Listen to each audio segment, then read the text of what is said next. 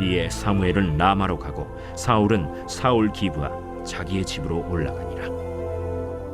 사무엘이 죽는 날까지 사울을 다시 가서 보지 아니하였으니 이는 그가 사울을 위하여 슬퍼함이었고 여호와께서는 사울을 이스라엘 왕으로 삼으신 것을 후회하셨더라.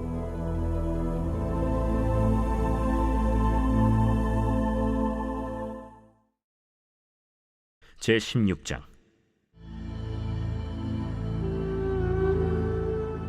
여호와께서 사무엘에게 이르시되 내가 이미 사울을 버려 이스라엘 왕이 되지 못하게 하였거늘 내가 그를 위하여 언제까지 슬퍼하겠느냐.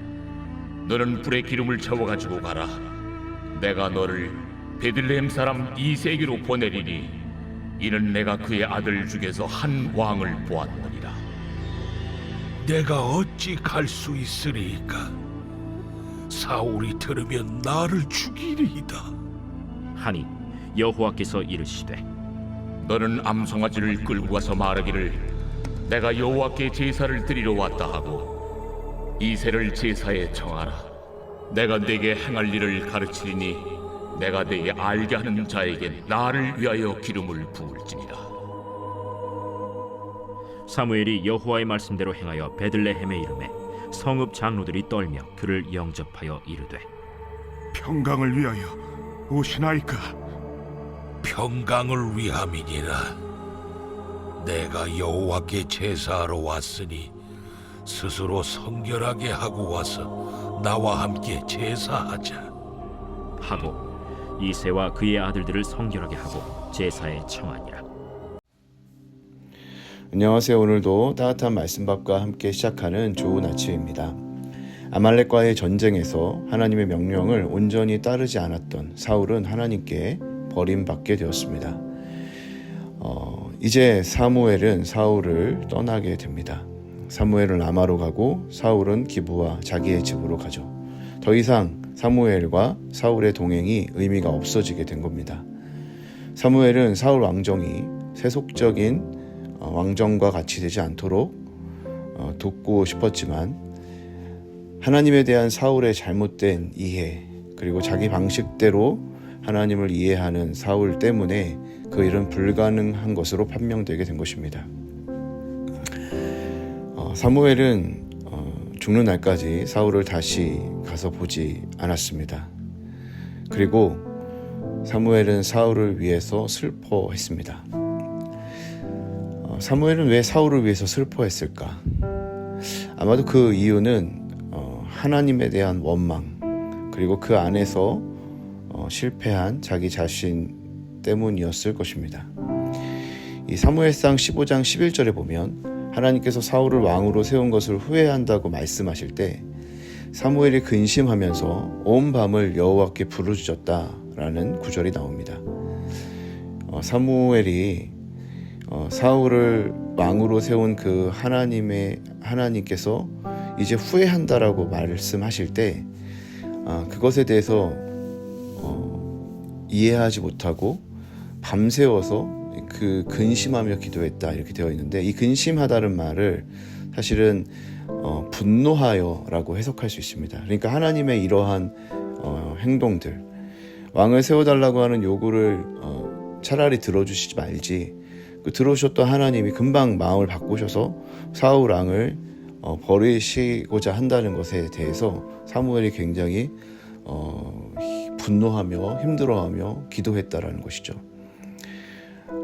왜냐하면 사울을 세우고 또 사울을 도와서 함께 이제 사무엘은 그 사울을 통해서 세워진 그 왕정을 정말 하나님을 섬기는 왕정으로 같이 함께 세워가야 할 의무와 책임을 가지게 되었는데 이 일이 실패로 끝나는 순간 단순히 그것은 사울의 실패가 아니라 자신의 또한 실패이기 때문에 이 사울의 실패 안에서 자신의 실패를 보는 것이죠. 그래서 사실은 사울을 위해서 슬퍼하고 있지만 그 안에는 자신의 명예와 위상도 함께 생각하며 슬퍼하게 되는 겁니다.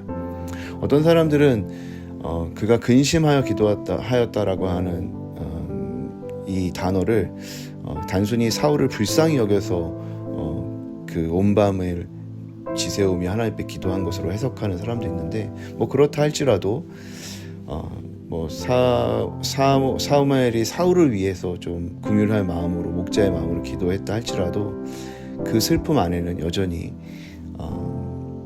자신의 어떤 위상과 함께 사울의 실패와 함께 실패의 자리에 설 수밖에 없는 자신의 그 위상을 생각하며 슬퍼했을 것이라는 추정을 당연히 할 수 있습니다. 또한 오늘 본문에 나오는 것처럼 하나님께서는 사무엘에게 찾아가셔서 너 도대체 언제까지 슬퍼하겠느냐라고 꾸짖는 것으로 미루어 봤을 때 그 슬퍼함이 잘못된 감정이었다고 우리는 추정할 수 있게 되는 것이죠. 사울을 위해서 슬퍼했다. 그러나 사울이라고 하는 실패자를 통해 자신의 실패를 같이 슬퍼했을 것으로 추정할 수 있는 것입니다. 그러니까 오늘 이 본문에는 사실 선지자 사무엘의 굉장히 인간적이고 연약한 모습이 드러난다고 할 수 있습니다. 뭐 이 슬픔뿐만 아니라 사실 두려워하고 있는 이 사무엘을 보면서도 우린 그런데요. 하나님께서 더 이상 슬퍼하지 말고 자신이 새롭게 세울 왕을 찾아가 기름 부어라 이렇게 명령하시지만 사무엘이 만약에 이 일에 순종해서 달려가고자 한다면 사울이 이것을 알게 될 것이고 자신을 죽이려고 할 텐데 그렇게 할 수 있겠습니까? 이렇게 두려워하는 장면을 우리에게 보여주고 있거든요. 사실 사무엘은 순종이 제사보다 낫다 이렇게 방금 말했는데 그렇게 말했으면서도 오히려 그런 메시지를 전하면서도 사실은 하나님의 말씀에 바로 순종하는 사람이 되는 것이 아니라 그 말씀을 실행하는 데 있어서 사울을 두려워하고 있는 것이죠. 그러니까 사무엘도 완벽한 사람이 아닌 겁니다. 그도 슬픔에 빠지고 그도 두려워하는 사람인 거죠.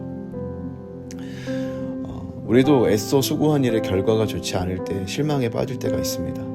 내가 더 이상 무슨 일을 할 수 있을까?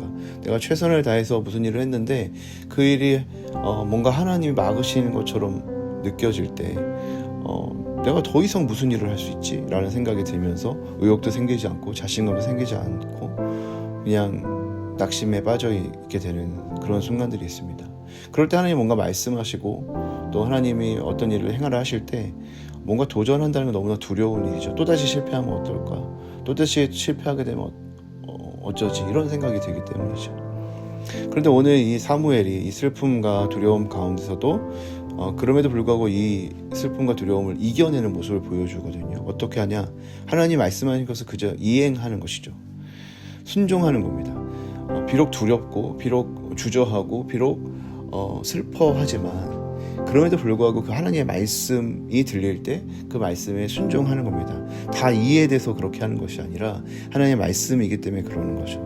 그러니까 슬픔과 두려움을 이기는 방법은 딱 한 가지입니다. 그것은 하나님에 대한 절대적인 신뢰인 것이죠. 그분이 행하시기 원하시는 것, 하나님이 말씀하시는 것이 무엇인지를 집중하고 그냥 순종하는 겁니다.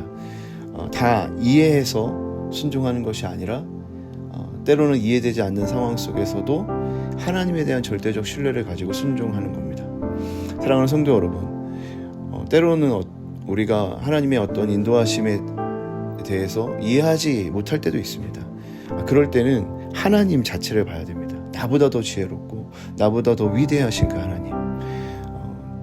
지금은 안개 속에서 이 모든 상황을 이해할 수 없지만 지금 내가 무엇인가를 해야 한다면, 그럼에도 불구하고 내가 한 걸음을 가야 한다면 하나님, 내가 하나님의 말씀을 듣고 하나님의 말씀을 따라서 한 걸음 한 걸음 걸어가겠습니다. 그러면 하나님이 그 슬픔 속에서도 두려움 속에서도 우리를 통해서 일하시게 된다는 것이죠. 그것이 우리의 한계를 돌파하고 하나님의 일을 이룰 수 있는 사람으로 우리가 살아가는 방법이라는 것입니다. 사랑하는 성도 여러분, 오늘도 그 하나님 덕분에 우리의 한계를 뛰어넘어서 하나님이 쓰시고자 하는 곳에 쓰임받는 그런 하나님의 사람으로 오늘도 우리가 쓰이고, 그래서 하나님이 주시는 마침내 우리를 인도하시는, 하나님 우리에게 주시고자 하는 것은 재앙이 아니라 평강이고 소망이고 평안이라는 것을 기억하면서 하나님 우리에게 인도하시고자 하는 길로 나아갈 수 있게 되기를 주님의 이름으로 축복합니다.